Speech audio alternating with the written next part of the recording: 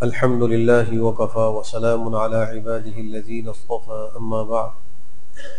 فعن عائشة رضي الله عنها قالت كنت أحب أن أدخل البيت وأصلي فيه فأخذ رسول الله صلى الله عليه وسلم بيدي فأدخلني في الحجر فقال صلي في الحجر إذا أردت دخول البيت فإنما هو قطعة من البيت فإن قومك اقتصروا حين بنوا الكعبة فأخرجوه من البيت رواه ابو داود۔ حضرت عائشہ رضی اللہ عنہ فرماتی ہیں کہ میرا دل چاہتا تھا کہ میں کعبہ شریف کے اندر جاؤں اور اندر جا کر نماز پڑھوں۔ حضور اکرم صلی اللہ علیہ وسلم نے میرا ہاتھ پکڑ کر حتیم میں داخل کر دیا اور یہ فرمایا کہ جب تیرا کعبے میں داخل ہونے کو دل چاہا کرے تو یہاں آ کر نماز پڑھ لیا کر، یہ کعبہ ہی کا ٹکڑا ہے۔ تیری قوم نے جب کعبے کی تعمیر کی تو اس حصے کو خرچ کی کمی کی وجہ سے کعبہ سے باہر کر دیا تھا۔ کعبہ شریف کے اندر داخل ہو کر نماز پڑھنا مستحب ہے، اور جیسے حرمین کے اندر مختلف مقامات دعاؤں کی قبولیت کے احادیث میں وارد ہوئے ہیں، ایسے ہی خانہ کعبہ کا اندر والا حصہ وہ بھی وہ مقام ہے کہ جہاں دعائیں قبول ہوتی ہیں۔ ہر شخص کے لیے وہ خانہ کعبے کی عمارت کے اندر داخل ہونا آج ممکن نہیں، لیکن جو حتیم چھوٹی دیوار ایک ہلالی شکل کی باہر لگائی گئی ہے، اس کے اندر کا جو حصہ ہے، روایات میں آتا ہے کہ خانہ کعبے کی دیوار سے لے کر 7 ذراع، 1 ذراع یہ ہاتھ ہوتا ہے، 7 ہاتھ باہر تک کا جو حصہ ہے وہ خانہ کعبہ کے اندر داخل و شامل ہے۔ وہاں جب کوئی شخص داخل ہو جائے تو گویا وہ خانہ کعبے کے اندر داخل ہو گیا، لیکن اس پہ داخل ہوتے وقت کچھ احتیاطوں پر عمل کرنا چاہیے۔ ایک تو یہ کہ کسی کو دھکا وغیرہ نہ دیا جائے، کسی کو تکلیف نہ دی جائے۔ دوسرے یہ کہ وہاں عورتیں بھی اندر داخل ہوتی ہیں نفل نماز پڑھنے کے لیے یا عبادت کے لیے، تو ان کے ساتھ اختلاط سے بچا جائے، اس لیے کہ نامحرم سے اختلاط یہ ناجائز ہے، اور کعبے کے اندر نماز پڑھنا مستحب عمل ہے، تو مستحب کی خاطر ناجائز کا ارتکاب نہیں کیا جائے گا۔ اور تیسرا یہ کہ داخل ہوتے وقت انسان استحضار کرے کہ میری حیثیت کیا ہے، میں کتنا گناہ گار ہوں، مجھے آج اللہ توفیق دے رہے ہیں کہ میں اندر داخل ہو رہا ہوں۔ ایک اللہ والے سے کسی نے پوچھا کہ آپ کعبے میں داخل ہو کے نماز نہیں پڑھتے،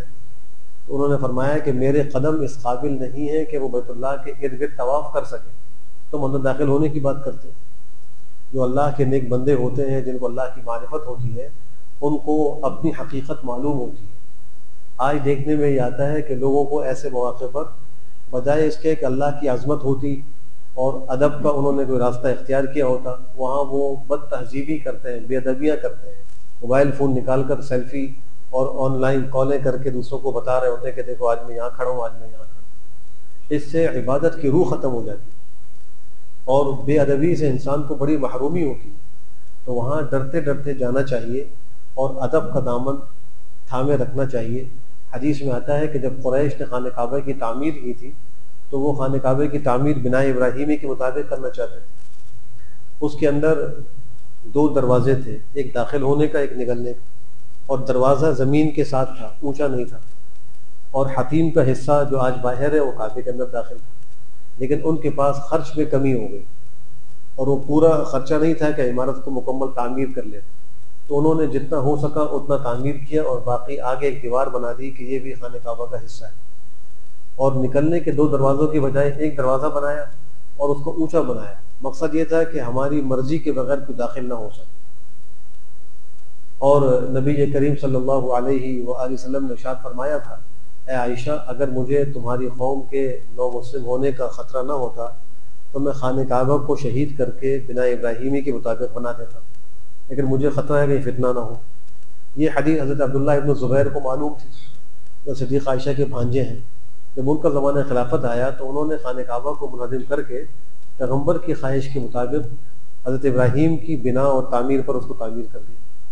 حتیم کو اندر داخل کر دیا